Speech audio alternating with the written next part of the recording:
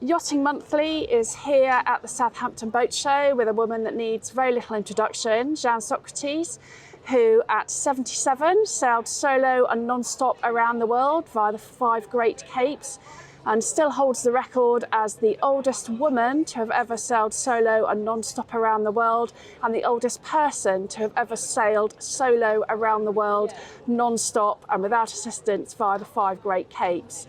So what is your next project? Well, of course, the boat had so much damage as a result of all the circumnavigation efforts, and I've spent months, I've been solidly working since April on my boat. Either, other people working or mostly me working. I'd be working 7 days a week till 8 o'clock in the night, doing stuff on my boat, and the guys, would be on the boat in the weekdays doing things with coffee breaks and lunch breaks, none of which I took. But so I've been working really, really hard trying to get the boat back in order, and it's effectively been a total refit. I mean, it's been appalling, so many things that I didn't even expect, as well as a long list of things that I already had to do. So I've been pretty busy doing that since April, May, June, July, August, September. And then a week ago, finally, I got going. I wanted to leave Canada because the weather seems to be coming in earlier these days, the stormy weather in the autumn. So I wanted to get away from there before the end of September. And I wanted to get to the boat show here. So I thought, right, the best thing to do then is get down early in September when the weather's good, and leave the boat in San Francisco and then come over for the boat show. And little did I realise that, in fact, I was going to run straight into a big storm. I had 35 knots gusting, wind coming down, and everything seemed to be going wrong on the boat. My mainsail came out of the track, my impeller went overnight. I was running the engine eventually because I ran out of wind. So it was either too much or too little.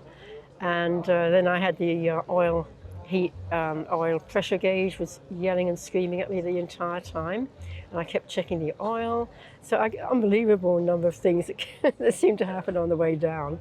And I made really good speed because with 35 knots of wind, you're going to make good speed initially. I was making a good 6, 7, often over 7 knots the first few days. It took 5 days to get down, which is unusually quick. Normally it would take offshore 6 or 7.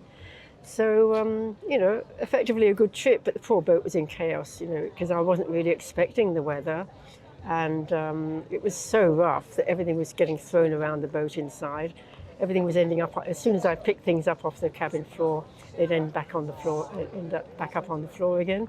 So it was a pretty interesting trip.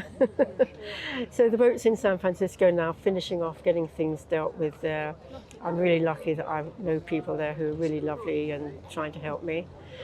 In fact, as soon as I got in, I was trying to get the mainsail off and to the sailmaker. And it turned out a couple of friends were right in the marina next to me and offered to come over, help me get the mainsail down and packed away and taken to the sailmaker. So that was really lovely. There's some really nice people around in the sailing community, which is one of the things I love about being part of it. So, so we're in San Francisco at the moment, or the boat is.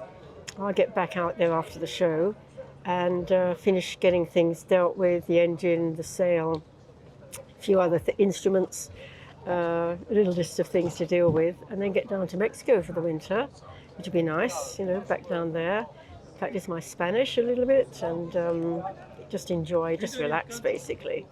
And then the plan is come end of March, April, which is the right time of year to do it, you get down to Polynesia from Mexico. It's about a 3-week trip over to the Marquesas, and then you just go from island to island to island. It's pretty nice across the Pacific. And the hope is to get to New Zealand and do some cruising there, because I've not done that. I've been round the bottom twice, through the middle, Cook Strait the once, round the top once. Never stopped in the Bay of Islands or around there to do any cruising. I keep hearing how good it is. And I'd like to go back to Australia, where I was trapped in the pandemic for a couple of years unexpectedly, and take my boat there and do some cruising. And New Zealand's on the way, so it's New Zealand and then cross the Pacific to get there, which would be nice. I haven't done that since 2010 I think was the last time. So it'd be nice. Get back to cruising, relaxing. Are you tempted to do another solo non-stop circumnavigation? It's not ruled off the books. It's definitely not crossed out yet. And I'm also a little bit tempted to go west about instead of east about. But we'll see. I mean, that's partly what this next cruising session is about, to see how I cope, see how things go. You know, years don't disappear on you. They kind of, unfortunately, they kind of increase. So, you know, having passed the 80 mark, because normally I don't do the numbers, even I'm quite impressed by 80, you know. I think, oh my God, that's quite a big number, you know, I'll be okay. So it'll be interesting to see how that goes. And I'm hoping to get some friends come and join me. That'll be really good. You know, I love having friends on the boat if I can, and it doesn't often happen. So I'm quite looking forward to that. And you'll still stick with the same boat? Oh, absolutely. Oh, yeah. They were so impressed up in Canada, actually. I had my Seacocks changed from the bronze ones to the true design, the glass ones. And people say plastic, but it's glass fibre. And the guys there were caught out completely by the thickness of the hull. They had to shimmy out some of the inside to kind of make them fit. Yeah, they were very impressed by how sturdy the boat is. So no problem. Oh, yeah, stick with the boat.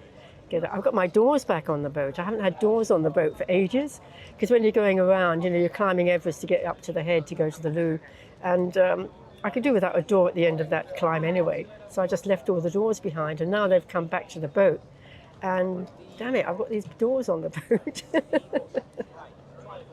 And what is your plans after Australia? At the moment, I haven't got a plan. I'm just going to go and see how things go, see what happens over the next year or so. I mean, that might take a couple of years. From April, the last time I actually left Mexico to cross the Pacific was I think it was in 07, I can't remember now, 07 or 08. Yeah, that circumnavigation, of course. And I left Zihuatanejo, Mexico on the 24th of March, I think it was. And having stopped pretty well everywhere on the way, I did make Australia 11th of July, I think it was. So it doesn't take that long if you don't stop too long in places to get across the Pacific. And so if I stop in New Zealand, I might stop there a season. I don't know. You know, at the moment my plans are, what do we say? We say made in low water, made in wet sand at low water. So we'll see how things turn out. Because you've got a Naiad 390. 380. 380, sorry, Yes. you've got Naiad 380, so she's 38 proved her foot. seaworthiness. Absolutely, yeah, she's pretty sturdy. Yeah. Yeah. And what other things are you planning to do to her to get her ready before you go to New Zealand? Well, so far, I say, my God, I've spent months since April solidly working on the boat. You know, I've changed all the Seacocks. I upgraded the instruments, which are now causing me a big problem with the wiring. I've just done, you know, my list has gone on and on and on. So many things that I've had to change and upgrade. Everything I look at or the tracks on deck, you know, so much stuff there. The turning blocks, the cars, everything have had to be changed. I didn't realise they started out life as a dark grey or black plastic. They're pale grey now. Clearly, and breaking, you know, so they clearly need to be changed over. So yeah, just everything, all the running rigging. I had a standing rigging change in 2016, ready for the circumnavigation, but I have had a knockdown, of course, since then. So theoretically, I suppose I should change that, but that is way too expensive. You know, I can't afford that. I'm not sponsored, so I can't do that. So I've had a rig check; it looks fine. That's the other thing, actually. In North America, they look at my boat, and she's a typical European boat, and I've got 8 and 10 millimeter rigging. Well, there they've got 6 and 8 millimeter, and I notice how much thinner the wires are over there, and they're looking at my boat and saying, "Oh my God, she's over specified." I said, "No, she's just a sturdy boat. She's ready for cruising in bad weather. Your boats are the ones with a problem, you know." And do you ever foresee a time when you won't be sailing? Are you planning to sail for as long as you can? Absolutely, yeah. I mean, if I don't get on the water every now and then, you know, I get a high just being on the water. It's just so lovely. I just love it so much. It just makes me have a big smile.